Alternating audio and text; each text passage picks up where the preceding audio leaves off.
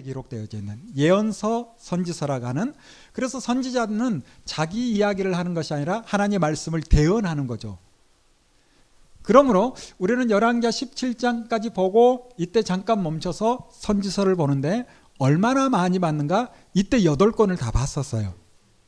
시대가 정확히 드러나지 않은 요엘, 오바댜, 니느웨를 향해서 외치는 요나움, 이 4권을 먼저 큰 틀에서 정리를 했고, 그 다음에 북쪽 활동하는 아모스, 호세아, 남쪽에서 활동하는 이사야, 미가, 이 4권의 선지서를 한꺼번에 봤죠. 그리고 이제 다시 돌아가서 열왕기하 18장부터 어느 왕의 통치? 히스기야 왕의 통치, 남쪽, 북쪽? 남쪽. 이제 북쪽은 망했으니까. 그래서 남쪽 왕 히스기야부터 그 이후의 왕들이 어떤 통치를 했는가 쭉 봤더니 결국 열왕기하 25장 가서 보니 이 아수르란 나라도 바벨론에 의해서 무너지고, 이 바벨론이 어디를 공격하는가? 남쪽 유다 땅을 점령을 하는 거예요. 자, 이런 가운데 아니 왜 유다 땅까지 망했나 궁금하죠? 그 궁금함을 풀기 위해서는 우리는 어떻게 하면 된다? 선지서를 보면 되는 거예요. 그래서 우리가 열왕기하 25장까지 보고 이 남쪽이 망할 때 활동했던 스바냐, 하박국, 예레미야, 에스겔, 이 4권의 선지서를 보니 어떤 말씀이 있는가? 결국 예루살렘 유다 땅에서는 하나님의 소원을 이룰 수 없다라는 것을 하나님이 아신 거예요. 이 상태로는 일이 안 되는 거예요. 그래서 한번 뒤집어야 돼요. 그냥은 안 되는 거예요. 여러분 농사를 좀 지어보신 분이 있는지 모르겠지만, 겨우내 그 얼었던 땅 거기에 그냥 또 씨를 뿌리면 됩니까? 나올지 모르지만 수확이 제대로 안 돼요. 그래서 어떻게 합니까? 봄이 되면 한번 다 뒤집죠. 마찬가지. 도저히 이제 안 돼. 그래서 하나님께서 한번 뒤집어서 다시 일을 하시는 거예요. 그래서 스바냐, 하박국, 예레미야, 에스겔을 통해서 하나님의 뜻을 전하는 거죠. 어디 가서 훈련받고 오자? 바벨론 가자. 바벨론 가야 된다. 아모스에 있는 말씀처럼 하나님께서는 하나님의 일을 행하심에 있어서 그의 종, 하나님의 종 선지자에게 말하지 않고 한 적이 있다 없다? 없다. 하나님께서는 항상 말씀하시고 일하신다. 말해도 안 들어서 문제지 말은 합니다. 여러분 한번 생각해 보세요. 원래 우리가 학교 다닐 때 다 100점 맞았죠? 원래는 100점 맞아야 그게 정상이에요. 왜? 선생님이 가르칩니까? 가르치지 않습니까? 다 가르쳐요. 어느 때는 여기 나온다라고 이야기까지 해요. 근데도 100점을 물론 저도 못 맞았지만, 그럼 그 책임이 가르친 선생님에게만? 아니죠. 우리가 제대로 안 들은 거죠. 자, 하나님께서 이와 같은 일을 하심에 있어 말하지 않고 어느 날 갑자기, 그런 거 없어요. 미리 선지자를 통해서 다 말을 합니다. 자, 미리 한마디 더 하면 주님이 다시 오실 겁니다. 그렇죠. 재림의 날이 있죠. 어느 날 전혀 생각지 않았는데 갑자기 도적처럼 주님이 오신다. 그렇게 믿으세요? 성경에 그게 있잖아요. 또 그런 분 있을 거라. 그런데 도적처럼 오시는 하나님, 예수 그리스도, 도적처럼 오시는 예수님은 우리가 당하는 것이 아니라 세상 사람들을 향해서 하는 말이에요. 믿지 않는 사람들을 향해서 하는 말이에요. 믿음의 사람들에게는 뭐라고 하는가? 주의 날을 예비하라. 주님이 오시기 전에 이런 일이 있을 것이다. 수없이 이야기를 합니다. 어디에? 구약의 예언서, 우리가 자세히 보지 않았지만 예언서에도 나와요. 선지서. 뿐만 아니라 신약의 마지막 5주째 볼 텐데 요한계시록에 아주 구체적으로 이야기합니다. 주님이 오시는 그 날과 시, 이건 몰라도 이제 얼마 남지 않았구나라는 것을 알 수 있다, 알 수 없다? 알 수 있다. 알 수 있다. 그래서 하나님의 말씀을 아는 사람에게는 절대 주님이 도적처럼 오지 않아요. 주님이 도둑입니까? 그런 분 아니라니까. 근데 듣지 않고 믿지 않고 그들에게 생각지 않을 때 오는 거예요. 자, 무슨 말이다? 바벨론의 포로 끌고 가는데 그것도 어느 날 갑자기가 아니야. 징조가 있었고 끊임없이 선지자들이 말했다 안 했다? 말한 겁니다. 그래서 이제 바벨론 가서 훈련 받는 거예요. 자, 오늘부터는 우리가 어디에 와 있어요? 예, 바벨론에 와 있는 겁니다. 자, 우리가 다 같이 바벨론에 왔어요. 자, 여기 바벨론에 와 있을 때 우리가 봐야 될 성경이 다니엘서입니다. 다니엘. 왜? 다니엘서는 다 바벨론에서 어떤 일이 있었는가를 기록하고 있어요. 자, 다니엘은 1장부터 12장까지 되어져 있는 그렇게 길지 않은 내용이에요. 그런데 1장부터 6장까지가 하나의 주제가 있고 7장부터 12장까지 또 하나의 주제가 있어요. 그래서 12장이니까 6장 나누기도 딱 좋잖아요. 6이 12. 그래서 1장부터 6장까지는 바벨론에서 어떤 일이 있었는가를 그냥 담담히 기록해요. 근데 바벨론이 영원하지 않죠. 아수르도 영원하지 않았죠. 왜 하나님께서 아수르를 들었었어요? 이사야 10장에 있는 말씀처럼 경건치 않은 나라들, 죄 가운데 빠져 있는 나라들을 아수르라는 나라를 통해서 하나님께서 몽둥이로 사용하신 거예요. 근데 이 아수르가 교만해졌잖아요. 그러자 하나님께서 어떻게 합니까? 아수르라는 나라를 끌어내리고 어느 나라를 또 등장시킵니까? 바벨론을 등장시켰던 거예요. 근데 이 바벨론이 이번에는 아수르는 몽둥이라면 바벨론은 칼처럼 사용됩니다. 에스겔을 보면. 그래서 칼을 휘두르면서 주변 나라를 다 쳤어. 문제는 하나님께서 뒤에서 역사하신 건데 이 바벨론이 또 교만해서 하나님의 뜻을 알아요, 몰라요? 몰라요. 그러니 하나님께서 바벨론을 영원토록 아니야, 끌어내릴 겁니다. 그리고 어느 나라를 세워요? 메데 페르시아. 나중에는 이제 메데 바사 페르시아 연합국이었는데 페르시아로 통일되는데 이 메데 바사라는 나라가 세워져요. 그때까지도 다니엘이 살아있어요. 그래서 우리가 1장부터 6장까지 성경을 쭉 읽으면 1장부터 5장까지는 신바벨론이야. 바벨론이 통치할 때 어떤 일이 있었는가를 담담하게 기록하고 있고 6장 가서는 이제 나라가 바벨론이 무너지고 메데 페르시아, 바사, 페르시아라는 나라가 세워질 때 어떤 일이 있었는가를 기록하는 겁니다. 그리고 이제 7장부터 12장까지는 다시 이 과거로 좀 7장, 8장은 돌아가서 이 신바벨론이야. 바벨론이 통치할 때 하나님께서 뭔가 보여주신 게 있어. 그 보여준 것을 기록해요. 그리고 9장부터 12장까지는 바벨론이 망한 다음에 메데 페르시아가 세워졌을 때 하나님께서 뭔가를 보여주세요. 이 보여준 것은 미래 사건이겠죠. 그래서 우리는 둘로 나눠서 앞부분 1장부터 6장은 역사와 교훈 조금 쉽게 풀어서 이야기하면 실제 역사 가운데 하나님께서 무엇을 말하고 싶어 하는지를 우리가 알고서 읽어야 된다는 거고 7장부터 19장까지는 하나님께서 계시로 앞으로 나라가 어떻게 세계 역사가 어떻게 흘러갈지를 다니엘에게 알게 하셨고 그걸 기록에 남겼다라는 것을 우리는 알아야 된다는 거죠. 자, 다니엘서가 이렇게 어려운 거였나 뭐 그런 생각이 갑자기 들죠. 우리가 어렸을 때 주일학교 또 교사 선생님들도 다니엘 하면 재밌는 이야기만 있는 것 같잖아요. 근데 다니엘이 뒷부분에 보면 그렇지 않습니다. 그래서 대개는 1장부터 6장까지 보고 덮어버리는 경우가 참 많아. 그리고 그 의미를 제대로 모르고 그냥 다니엘 이야기로만 보는 경우가 많아. 근데 다니엘서를 통해서 우리가 그 의미가 뭔지를 좀 알아야 될 텐데 첫 번째, 우상은 아무것도 아니다라는 것을 하나님께서 포로 끌려간 유대인들에게 알려주기 위해서 일하시는 거예요.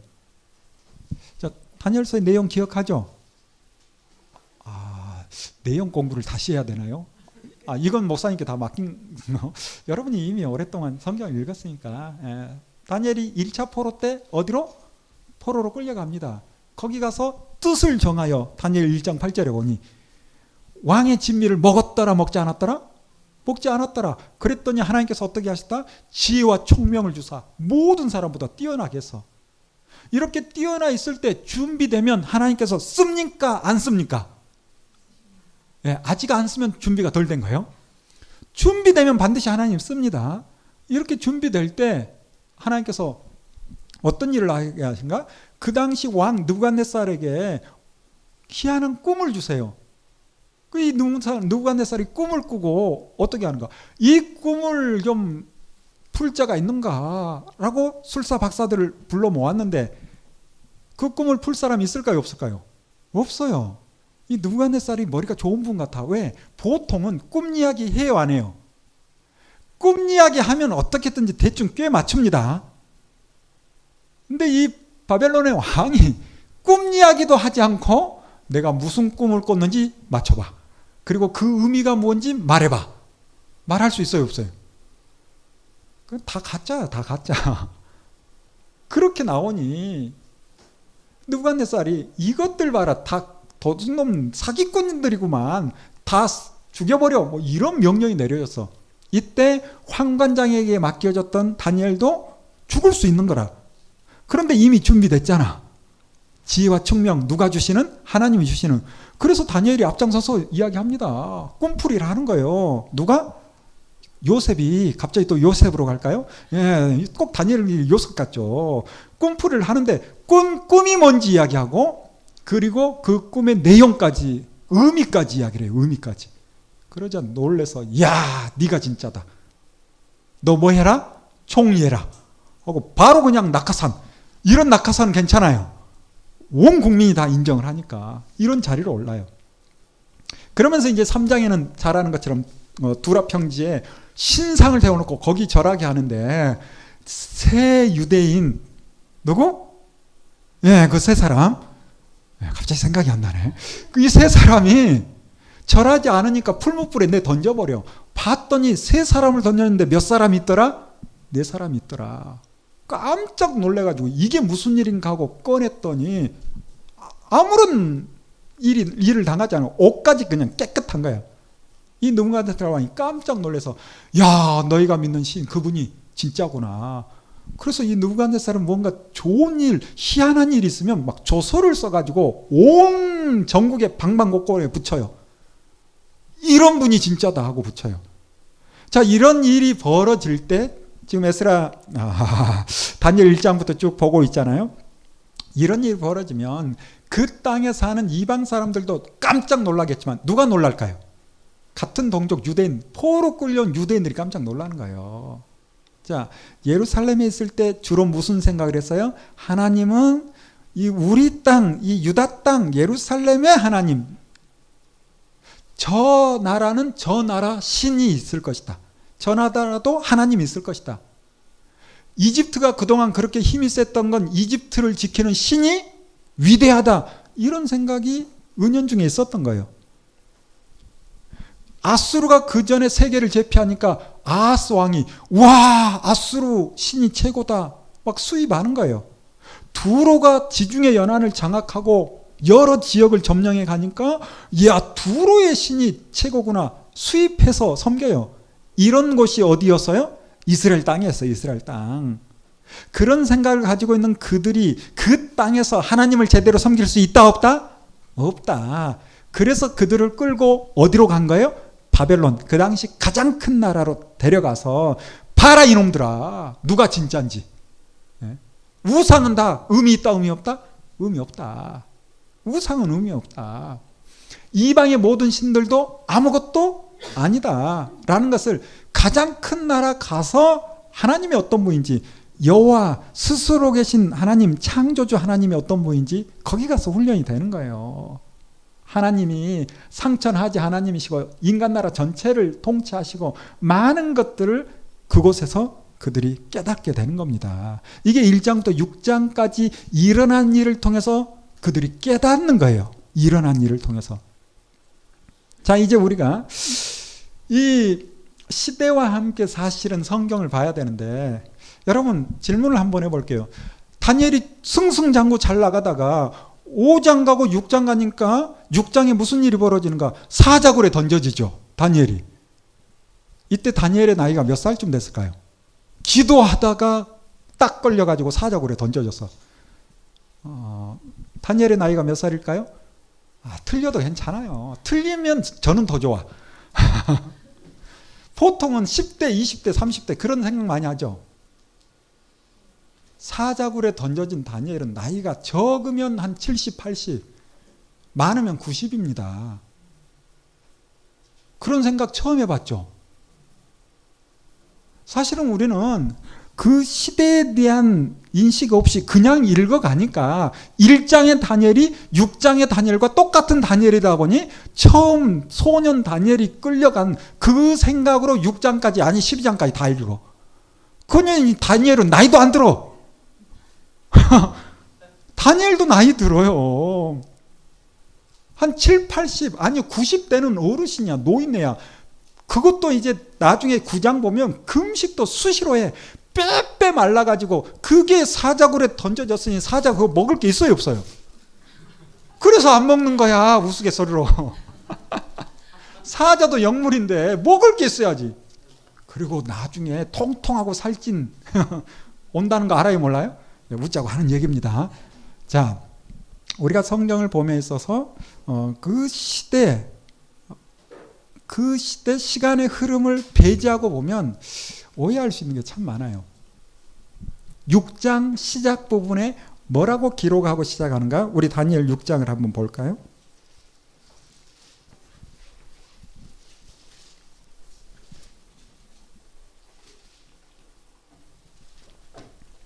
다니엘 6장 5장 29절부터 보면 더 이해가 쉬울 겁니다.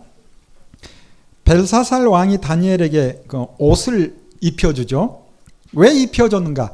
5장 내용 간단하게 이야기하면 벨사살이 잔치를 벌였는데 갑자기 손가락이 나오더니 글을 쓰잖아요. 깜짝 놀라가지고 이게 무슨 글인가 해석할 사람이 없어.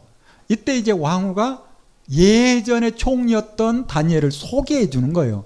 그러자 다니엘이 보니까 아이고 이건 히브리어니까 너무 쉬운 거라. 그래서 해석을 해줘.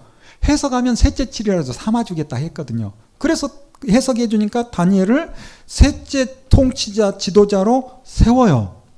그런데 30절 그날 밤에 이 갈대아 지역의 왕 벨사살이 어떻게 됐다? 죽었더라라고 기록하죠. 그리고 이어지는 31절에는 누가 나라를 차지했다? 다리우스, 메대 사람 다리우스가 나라를 차지했다. 그리고 그때 다리오의 나이는 62세였더라라고 기록합니다. 자, 그러면 우리는 이런 부분에서 이제 나라가 바벨론이라는 나라가 무너지고 메대 페르시아 연합군이 와서 이 바벨론 지역을 점령했구나라는 것을 알고 읽어야죠. 근데 이게 눈에 잘 안 들어와. 그냥 읽고 빨리빨리 지나가. 이때가 언젠가 보는 것처럼 5장의 배경은 대략 주전 539년쯤 됩니다. 그리고 6장에 시작되는 메대 나라의 다리우스 원년 이때는 538년이에요. 자, 다니엘이 BC 606년에 포로 끌려왔어요. 그러면 606년에 끌려온 다니엘, 그때 왕은 느부갓네살. 그리고 느부갓네살 이후에 많은 왕들이 있었고 마지막 왕이 벨사살이에요. 마지막 왕이. 시간이 얼마나 흘렀어요? 대략 70년가량 흘렸어. 처음 끌려오고 나서 이제 나라가 망했다는 것은 70년가량 흘렸어. 그러면 다니엘이 10대 때 끌려왔으면 나이가 몇 살? 80대라니까요. 20대 끌려왔으면 90대예요. 별로 중요하지 않을 수 있지만 알고 보니까 재밌죠? 알고 보면 정말 재밌습니다. 그리고 이제 이런 일이 있을 때 우리는 그동안 세계사 공부했던 걸 좀 동원해서 이게 지금 성경은 이렇게 간단하게 쓰고 지나가는데 무슨 일이 벌어졌을까 궁금해야 돼요. 실은 역사의 주인은 누구예요? 하나님이시거든요. 역사의 주인이신 하나님이 세계를 운행하시면서 운영하시는데 경영하시는데 성경은 필요한 것만 짧게 기록해놨어요. 근데 또 감사한 게 일반 역사가들이 고대 역사뿐만 아니라 많은 기록들을 하나님 모르는 사람들이 막 또 기록해서 남겨놨어. 이게 성경과 같은 시대에 맞물릴 때가 있다 없다? 많아요. 그래서 우리가 성경과 함께 세계사 역사를 같이 보면 얼마나 재밌는지 몰라. 아이고 성경 읽기도 힘든데 무슨 세계사까지 봅니까? 그런 마음이 들지 모르겠지만 필요한 것만 쏙쏙 끄집어내서 봐도 돼요. 자, 이때 이제 무슨 일이 있었는지 좀 궁금하지 않아요? 재밌을 것 같지 않아요? 이거 재밌어야 되는데. 자, 제가 이제 이때 이제 성경 주변의 큰 나라 중심으로 세계사의 흐름을 좀 간단하게 빨리 갈 겁니다. 이런 강의는 사실은 한 주간 해야 되는데 여러분 수준이 있으니까 톡톡 중요한 것만 이야기를 해도 괜찮죠? 예, 꼭 길게 하는 게 중요한 건 아니야. 그리고 길게 하든 짧게 하든 듣고 다 스쳐가지 뭐. 남아있어요? 대신 들었다 이게 중요한 거야 일단. 그리고 나중에 또 들으면 그랬지, 또 들으면 그렇지, 또 들으면 이제 나도 말할 수 있어. 그러니까 일단 한번 들어보세요. 자, 우리가 역사를 특별히 성경과 함께 역사를 정리함에 있어서 태초는 어렵다 할지라도 창세기 10장, 11장 이때부터는 세계사와 함께 성경을 봐도 크게 무리가 없다 이야기했죠. 그래서 4대 문명의 시작 창세기 몇 장? 10장. 그래서 노아의 세 아들 셈과 함과 야벳 그 후손들로 해서 나라가 세워지는 첫 번째 시작되는 두 강 사이 메소포타미아, 수메르라고도 부르고 갈디아 지역이라고 부르고 이곳에서 이제 창세기 10장이 시작된 거예요. 사람들이 흩어지죠. 바벨탑 쌓다가. 그래서 우리 대한민국까지 오는 사람도 있고 더 멀리 막 가기도 하고 이게 이제 창세기 10장이에요. 중요한 것만 기록합니다. 이때 이제 여러 도시국가가 세워졌다가 드디어 창세기 12장에 가니 아브라함이 등장하죠. 이때가 이제 BC 2000년 정확하게 2100년 이때 이제 아브라함이 살던 그 우르 지역에 지구라트도 있고 신전도 있고 우르의 남왕이 법전도 만들면서 살아가고 있어요. 이때 하나님께서는 우르에 있는 아브라함을 불러내죠. 가나안 땅 들어가라. 그래서 이곳에 있다가 그의 아들 이삭, 손자 야곱, 요셉 이렇게 이제 하나님의 뜻이 전해지는 거예요. 그런 가운데 이제 요셉 당대에 요셉은 먼저 이집트 가고 야곱의 후손 70명이 이집트에 정착을 하죠. 이런 일이 있을 때 이 우르 지역, 이 수메르 지역에는 다시 바벨론이라는 나라가 힘을 키우더니 고대 바벨론이에요. 이 바벨론의 함무라비 왕이 다시 그 지역을 또 점령을 하더니 함무라비 법전도 만들어내고 이런 일이 이제 이 수메르 지역에 메소포타미아 지역에 있었던 역사입니다. 이런 가운데 이제 이집트에 또 대단한 문명이 있잖아요. 여기서는 또 피라미드, 스핑크스 이와 같은 건축물을 만들어가면서 파라오, 이집트 왕을 신격화하는 이런 일들이 또 벌어지는 거예요. 이때 하나님께서는 이들을 이끌어내셨죠. BC 1500년경에 이스라엘 민족을 이끌어내는 거예요. 그래서 이곳에 가나안 땅에 정착하게 해요. 이 당시 이제 세계사는 어떤 일이 벌어지는가? BC 한 1400년 경부터 위쪽에 있는 터키 땅, 그 당시 히타이트족이라고 불러요.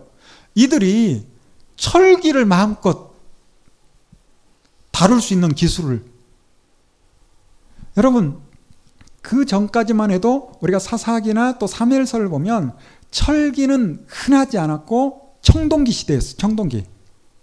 청동기 시대. 근데 BC 한 1400년부터 철기 문화가, 철기 문명이 시작됩니다.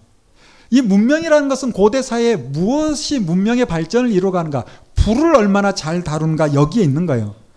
BC 한 섭씨 한 500도, 600도, 700도 이 정도 하면 구리는 이미 녹고 주석이라는 게 녹아요. 이 주석이 구리와 합금을 두 물질을 합하면 단단한 무기가 돼요. 이걸 뭐라고 불러요? 청동기라고 불러요. 청동기. 그런데 주석이 많아요? 적어요? 많지가 않아요. 귀해. 그러다 보니 대부분 사람들이 청동기를 가지고 있는 것이 아니라 소수의 사람만 가지고 있어요. 철은 흔해요. 철은 흔한데 문제는 워낙 단단해가지고 이걸 녹여서 내가 원하는 뭔가를 만들 수가 없었던 거야. 그 전부터. 그 철 뭉치를 가지고 그걸로 사람 때리고 싸우고 그랬을지 모르지만 이걸 만들어서 칼을 만들고 농기구를 만들고 그만 능력이 안 됐어. 불을 아무리 지펴도 녹질 않아. 근데 히타이트족이 불을 더 세게 지필 수 있는 능력을 갖춰. 1000도 이상. 이렇게 불을 높이니까 철이 녹는 거예요. 철이. 그래서 자기들이 만든 그 틀에다 넣어서 무기를 만들어내는 거예요. 이렇게 이제 철기 문화가 시작되면서 청동기와 철기가 부딪히는 거예요. 여러분, 내가 청동기를 가지고 있고 무기를, 여러분 가운데 싸움 좀 하실 분 있나? 그래도 만만하니까 서집사님께서 철기를 가지고 있어요. 둘이 싸우면 누가 이길까요? 여러분 생각해 보세요. 누가 이기겠어요? 집사님이 이기겠어요? 싸움 잘하는 사람이 이깁니다.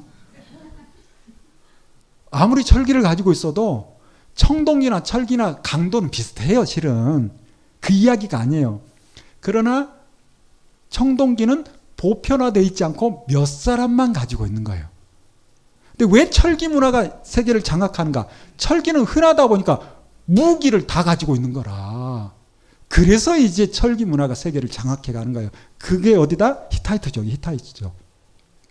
이렇게 철기를 자유자재로 다루면서 이제 세계사적으로 아주 유명한 전쟁이 하나 벌어진데 그게 바로 BC 한 1286년경에 카데시 전투라고 아시는 분들은 좀 아실 거예요. 세계사에 관심 있는 분들은. 엑소더스라는 영화 좀 보셨나요?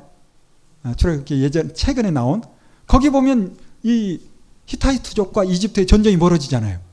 그럼 말 타고 막 달리면서 싸우잖아요. 카데시라는 곳에서. 이때 람세스가 포로가 될 위협에 있을 때 모세가 나타나서 구해주잖아요. 영화를 안 보는구나. 성경만 보는구나. 이해합니다. 이해합니다. 이해합니다. 예, 뭐 시간 될 때 영화도 한 번씩 보고 하세요. 시간 될 때 성경만 읽지 마시고 성경 읽다가 정말 좀 힘들고 할 때 한번 아무 영화나 보지 말고 그런 영화를 보면 근데 사실은 그건 다 람세스나 모세나 카데시 전투나 실제 있었던 전쟁이고 사람들인데 이건 한 시대로 그냥 묶은 거예요. 같은 시대가 아닙니다. 모세와 람세스 같은 시대가 아니에요. 카데시 전투 같은 시대가 아니에요. 근데 영화는 영화일 뿐 재밌게 하기 위해서 그 즈음에 있었던 것을 짬뽕 해가지고 그냥 영화로 만들어서 그렇게 이제 끌어가는 것 뿐이에요. 자, 이런 전쟁 가운데 무슨 이야기를 하고 싶은가? 이집트와 여기 히타이트족이 싸웠는데 누가 이겼을까요? 세계사를 보면 이집트가 이긴 것처럼 나오는데 실은 그렇지 않아요. 무승부면서 어떤 일이 발생하는가? 두 나라 힘이 쫙 빠지는 거예요. 두 나라 힘이 빠졌다니까 무슨 이야기를 하고 싶을 거예요. 지금 어느 시대? 성경을 보면 사사시대 가나안 땅에 들어가서 이제 정착하고 살아가는 시대 하나님께서 힘 있는 두 나라를 약화시켰다니까 뭐 하라고? 이유가 있는 거지. 왜 하나님께서 두 나라를 약화시켰을까요? 이스라엘 민족을 통해서 하실 일이 있는 거예요. 근데 그 일이 제대로 안 되는 거야. 이게 안타까운 거예요. 이렇게 두 나라가 히타이트족과 이집트가 약화되고 이때 또 어떤 일이 벌어진가? 해양민족이라고 바다에서 온 해적들이 있어. 성경 이야기만 좋아하시나? 여러분 관심을 가지고 세계사를 좀 보고 성경을 보면 훨씬 이들은 어디서 왔는가? 성경을 보니 신명기에 나와요. 크레타 섬 그들 말로 갑돌에서 왔대. 성경에 갑돌이가 나오죠. 갑순이는 없는데 성경에 갑돌이 나와요. 그 갑돌이 어디를 말하는가? 크레타 섬이에요. 이 크레타 섬을 또 신약에는 뭐라고 하는가? 그레데 이렇게 기록을 하고 있는데 어쨌든 이 크레타 섬을 그리스 로마 신화에서는 제우스의 탄생지를 크레타 섬으로 이야기해요. 그만큼 고대사에 아주 이름 날린 지중해 배꼽이라고 부르는 크레타 섬. 거기 섬 사람들이 섬에서 사는 게 한계가 있으니까 배를 타고 여기저기 다녀. 그러면서 그들이 해양민족으로 각계전투 형식으로 각 나라를 가서 부수시는 거예요. 그들이 이스라엘 땅과도 가까이 있는 이집트를 공격해서 먹으려 했지만 먹지 못한 건너온 자 팔레스타인. 성경의 블레셋입니다. 블레셋도 누가 하나님께서 키워서 잠깐 사용한 거예요? 하나님이 쓰신 거예요. 큰 나라를 약화시키는 일에. 그리고 이스라엘이 정신 못 차릴 때 정신 차리게 하려고 하나님께서 들어서 잠깐씩 쓰는 거예요.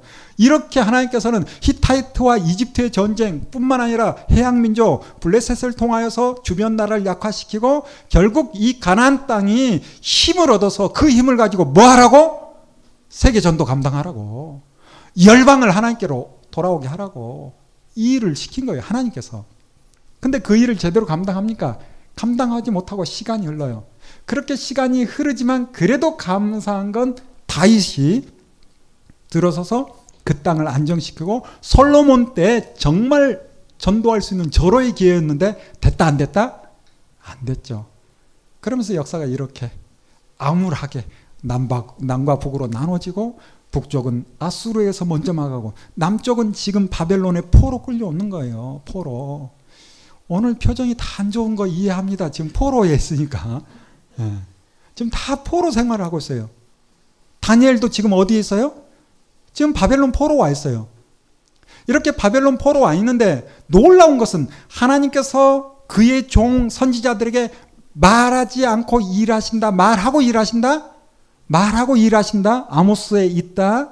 말씀드렸죠?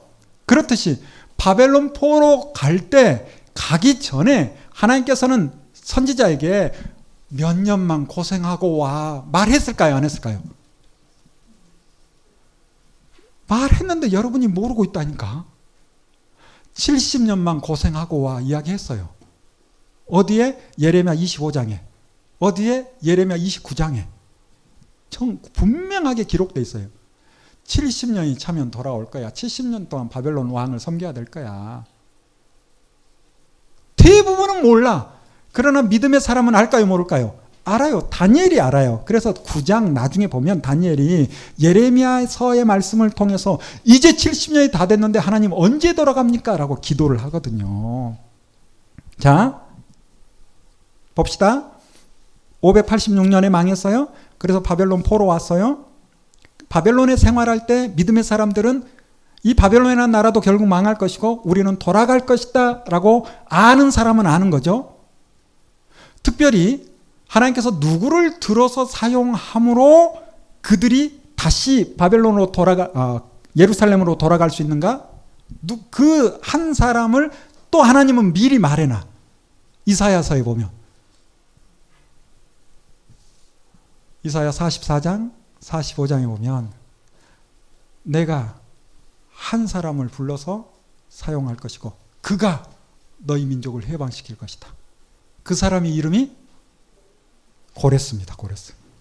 키루스라고. 평생 신앙생활하고 평생 성경을 읽어도 이런 이야기가 있었나 싶을 수 있죠. 그럴 수 있어요. 저도 그랬어요. 저도 목사하면서도 한참 그랬어요.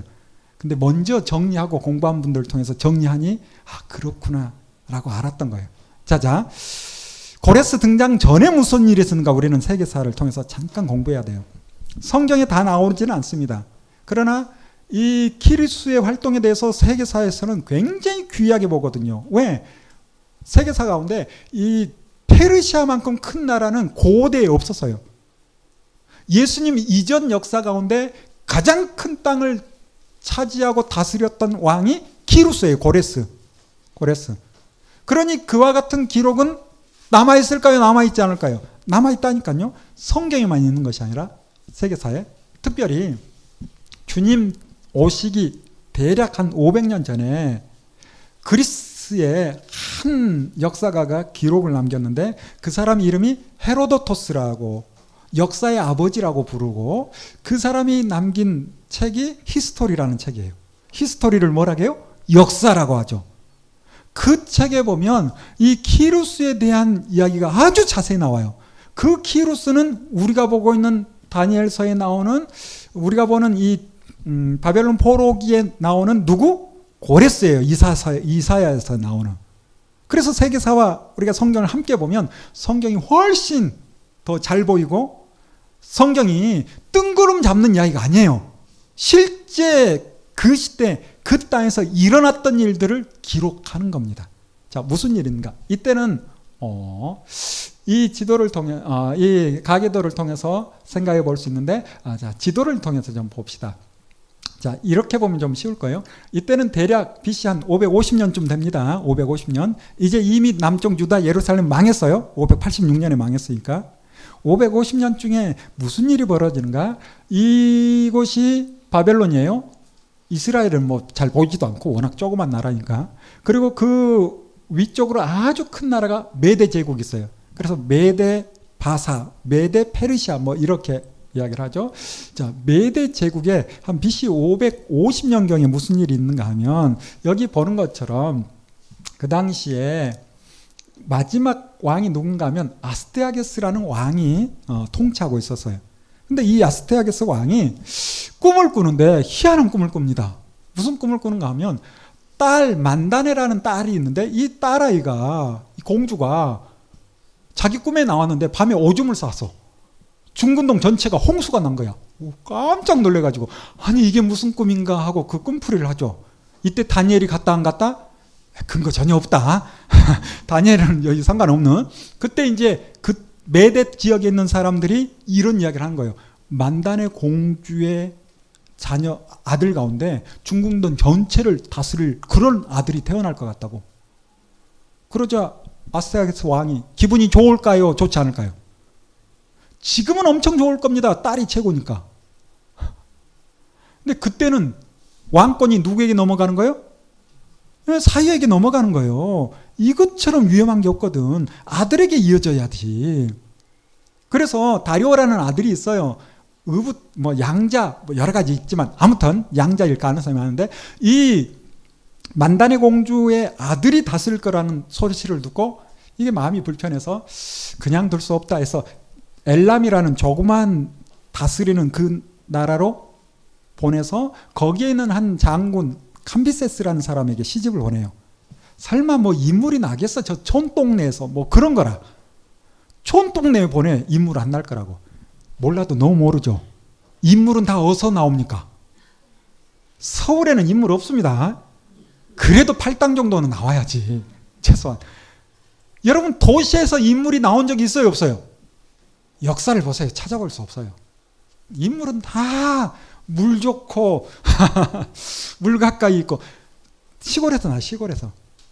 자, 이렇게 이제 시집을 보냈는데 아스테아게스 왕이 어느 날 또 꿈을 꾸는데 세상에 만다네 공주 자기 딸이 또 나왔어. 꿈에 이 공주의 아랫배에서 말하기 좀 뭐한데 거기에서 싹이 나온 거예요. 그러더니 중군동 전체를 뒤덮는 어마어마한 나무가 깜짝 놀라고 이게 뭔가 하고 사람을 보내서 알아봤더니 아이를 가졌다.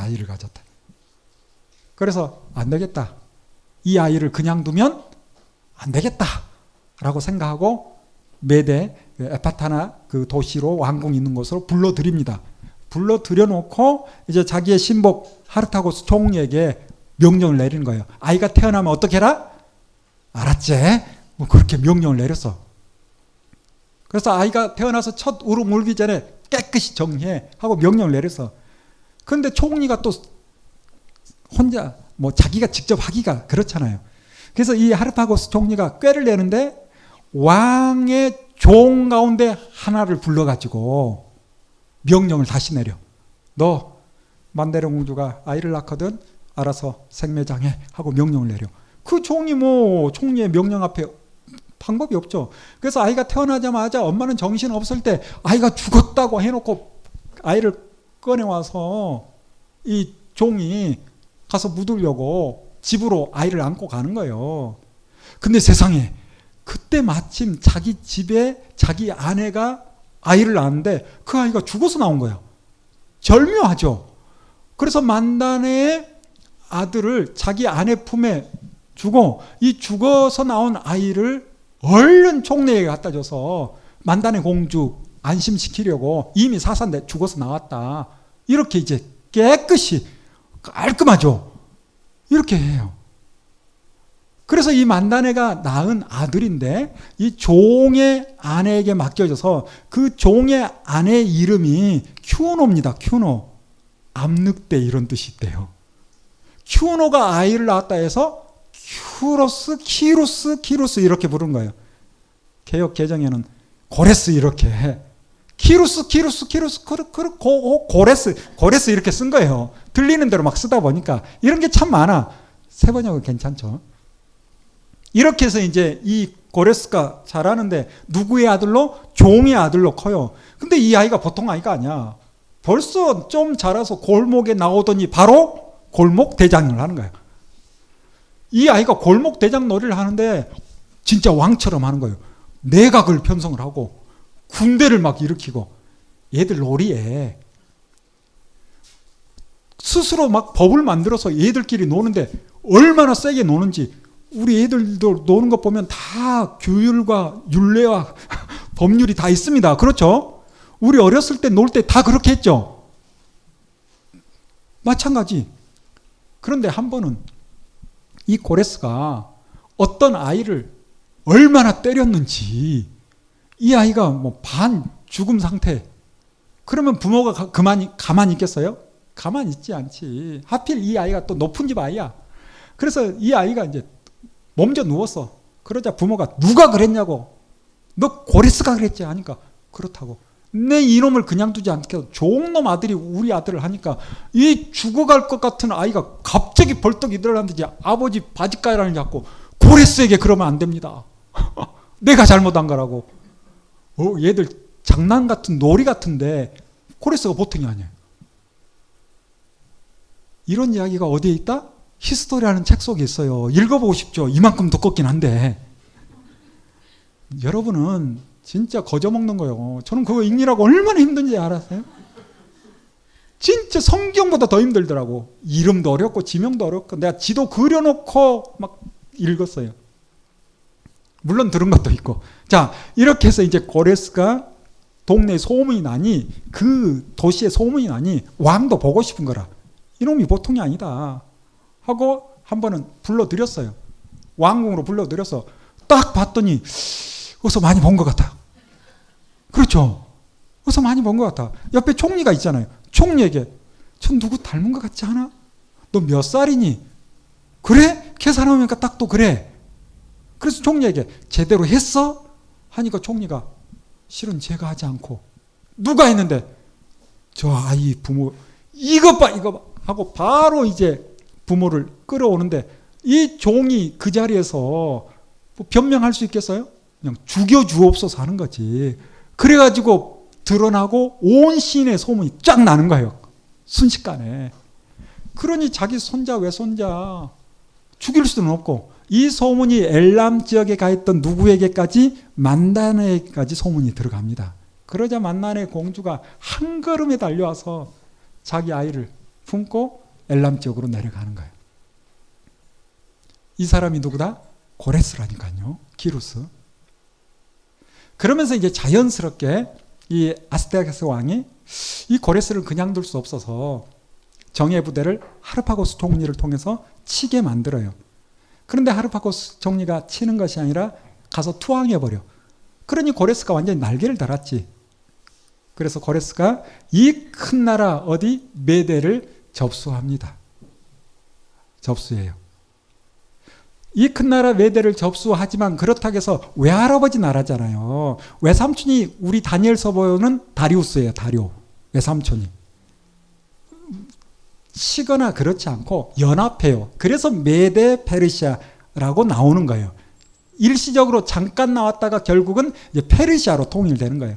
자, 550년경에 이렇게 이제 메대를 접수하고, 그 다음에 이때 무슨 일이 벌어진가? 이쪽 리디아 왕국에 크로에소스라는 왕이 이 메대 나라를 그 조그만 젊은이가 차지했다는 것을 알고 욕심을 부리는 거라. 그래서 이제 전쟁이 벌어져서 결국 고레스가 이곳까지 점령을 합니다. 그리고 이제 바벨론까지 치러 내려오는 거예요. 이때가 몇 년? 539년쯤 되는 거예요. 539년. 자, 이제 우리는 성경과 함께 역사를 함께 봐야 되는 거예요. 우리 봤죠? 다니엘 몇 장? 5장에 벨사살이 왕으로 있을 때 왜 성 안에서 잔치를 벌이고 하고 있었는가? 이때 성 밖에 누가 왔는가 하면 메데 페르시아 연합군이 치러 온 거예요. 여러분, 바벨론 성은 쉽게 정복되는 나라가 아닙니다.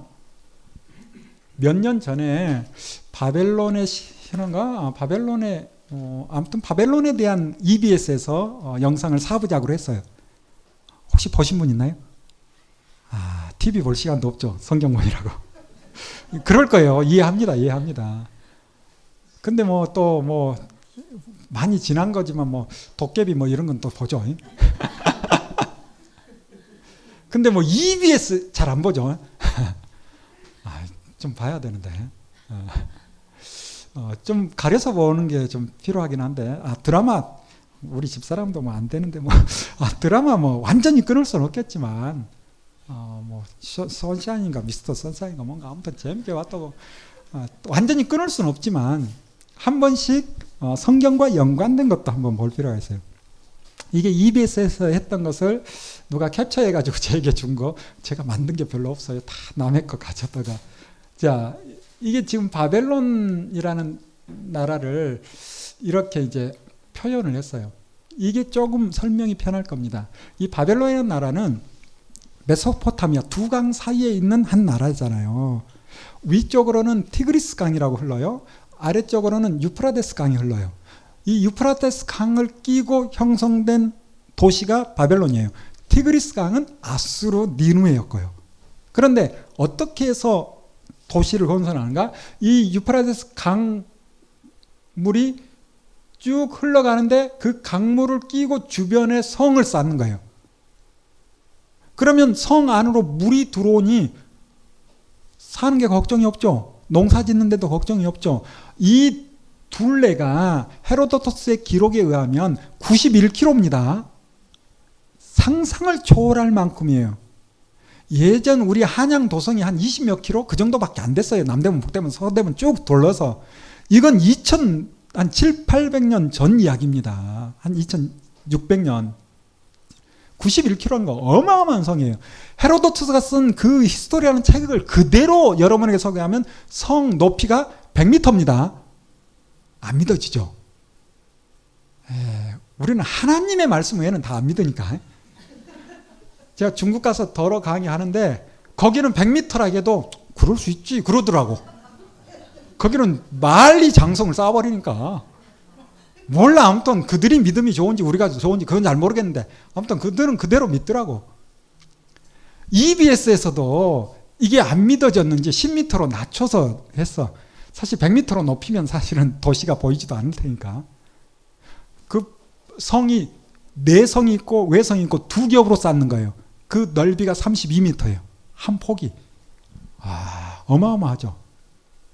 그리고 또 하나, 이 강줄기를 인위적으로 성 밖으로 파서 흘러가게 만들어요.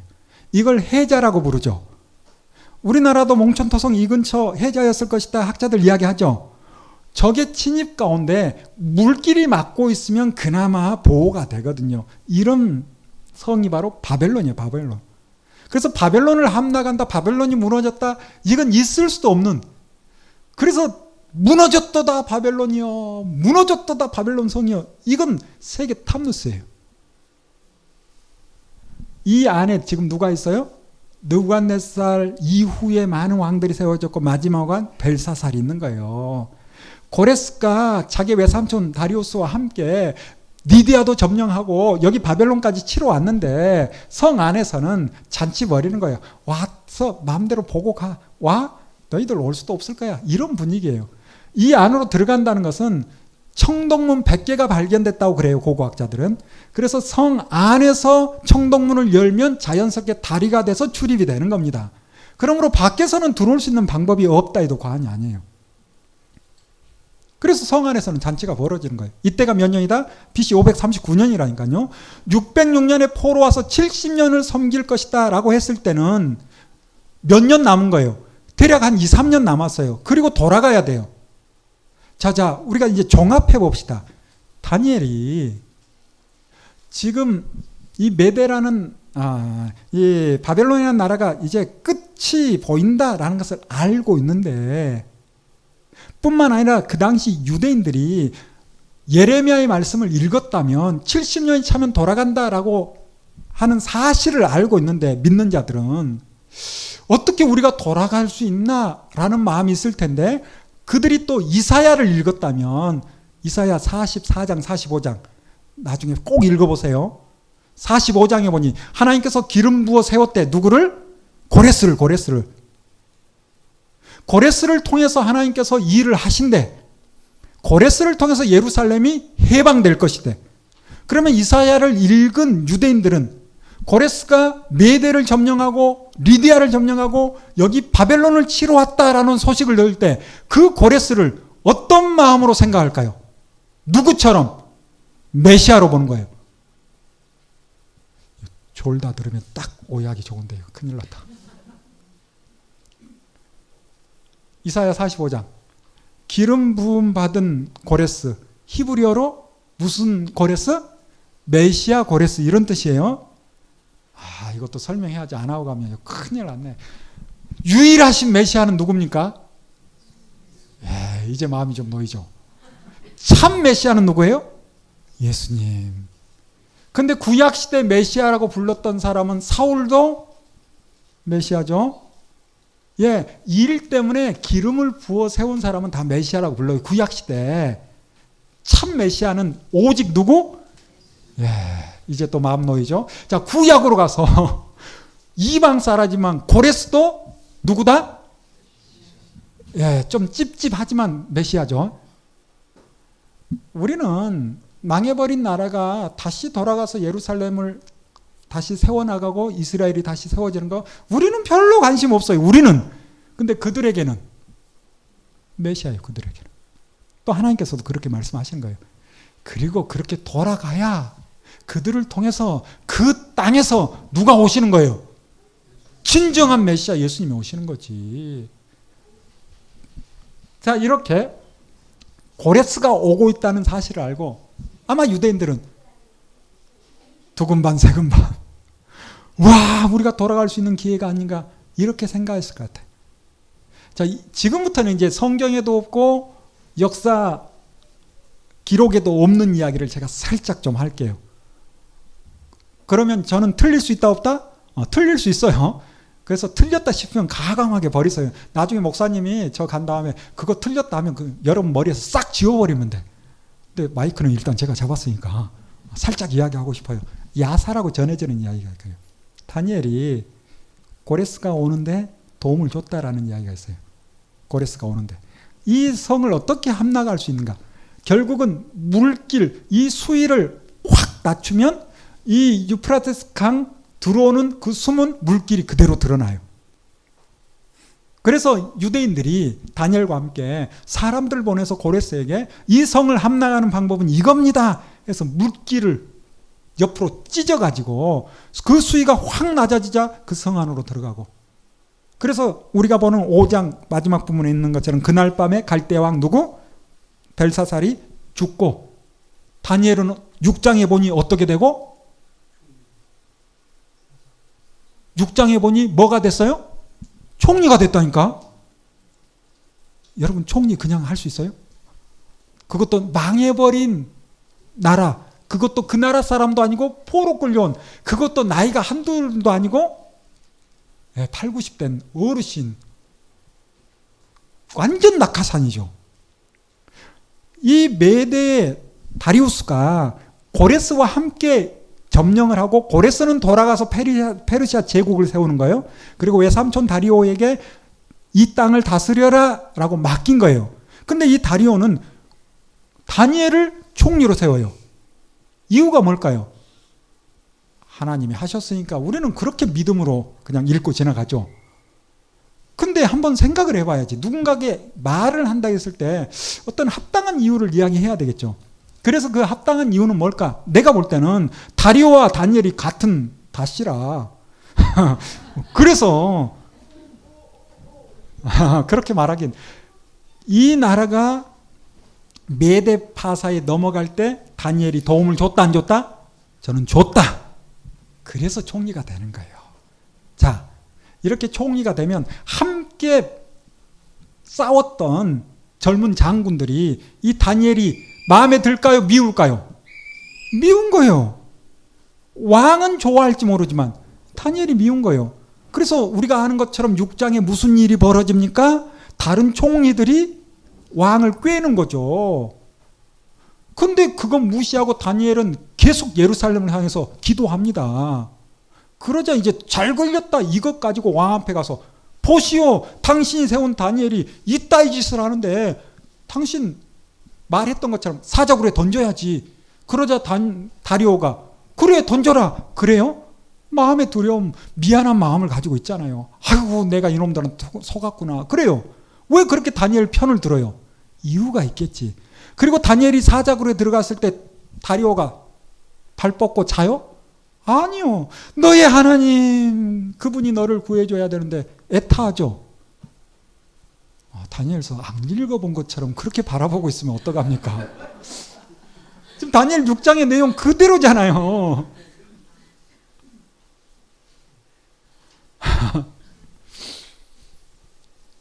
그냥 하나님께서 하셨지 그렇게 지나가면 쉬울지 모르지만 우리가 역사와 함께 세계사와 함께 성경을 함께 보면 이런 일이 일어나는구나.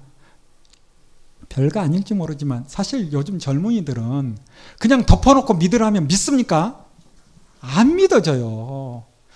우리는 보니까 다 제나로 또에레 같은데 미안합니다. 제가 안경을 안 써서 잘 안 보여서 처음부터 이야기했죠. 잘 안 보인다고. 배는 게 없다고.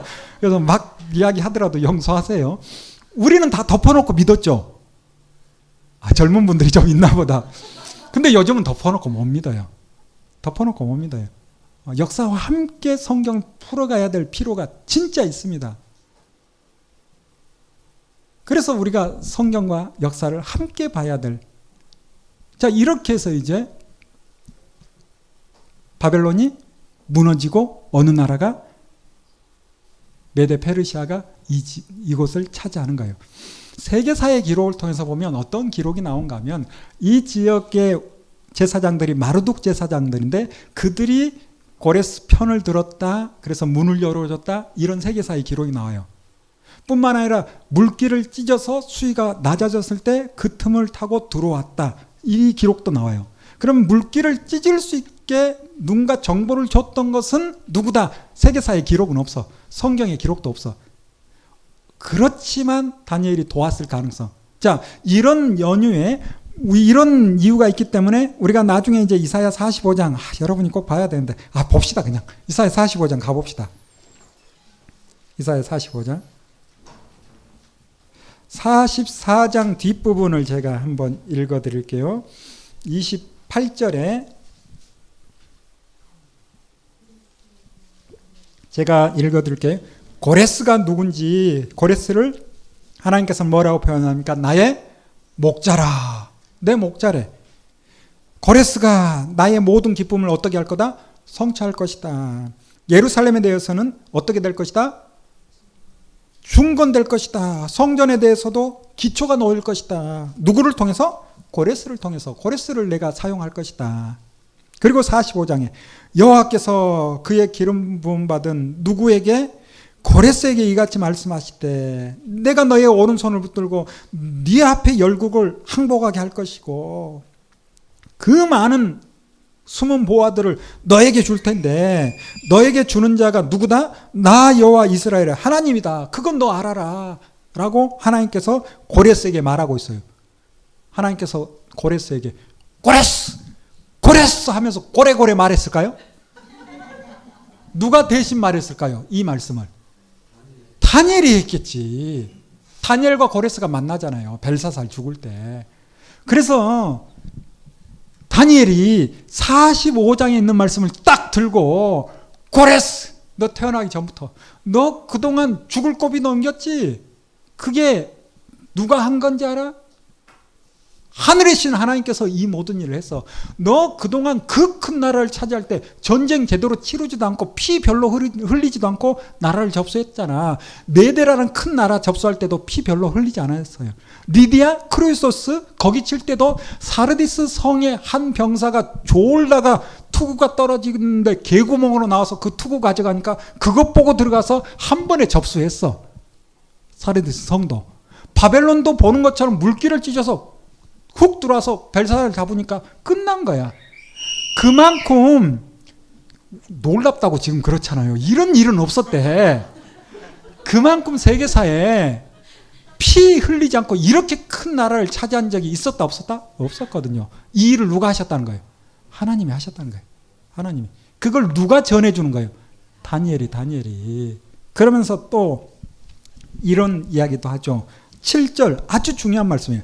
나는 누구는 여호와는 빛도 짓고 어둠도 창조하며 나는 평안도 짓고 환난도 창조하나니 나는 여호와라. 이 모든 일들을 내가 한다. 왜 이 빛, 어둠, 평안, 환난 이게 중요한가? 고레스가 살았던 그 땅은 지금도 사실은 헬라 철학은 이원론이죠.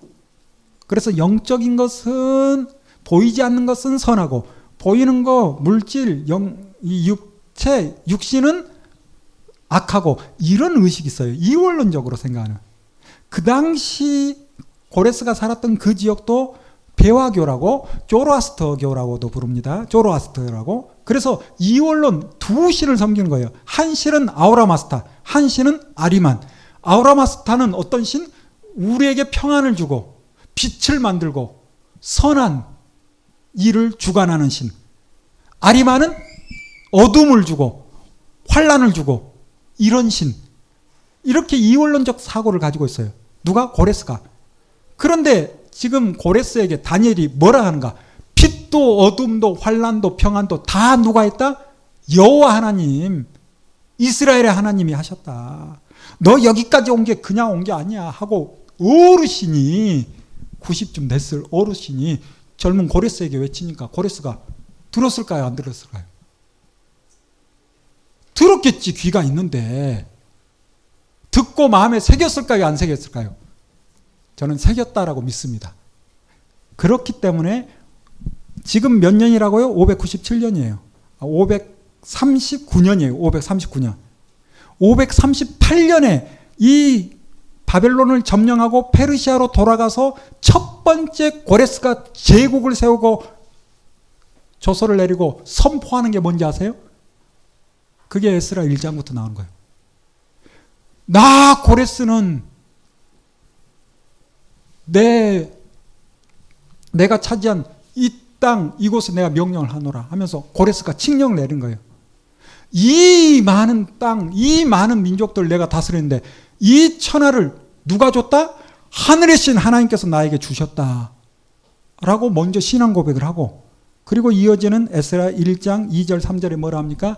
유다, 예루살렘, 유대인들은 다 돌아가서 예루살렘에 무엇을 지어라? 성전을 지어라 라고 고레스가 에스라 1장 역대하 36장 22절부터도 나와요.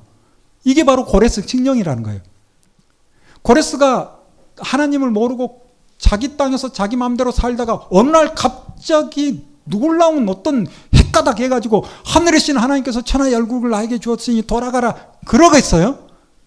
그런 예가 없기 때문에 누구를 통해서?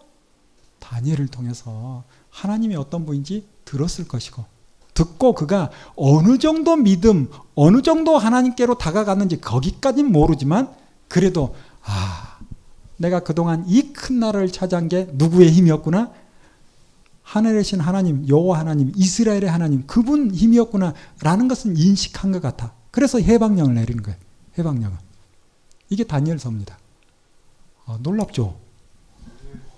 다니엘서를 1시간 넘게 이렇게 한 적이. 근데 이와 같이 역사와 함께 보면 우리가 성경을 얼마나 흥미진진하고 또 재밌게 읽어낼 수 있는지.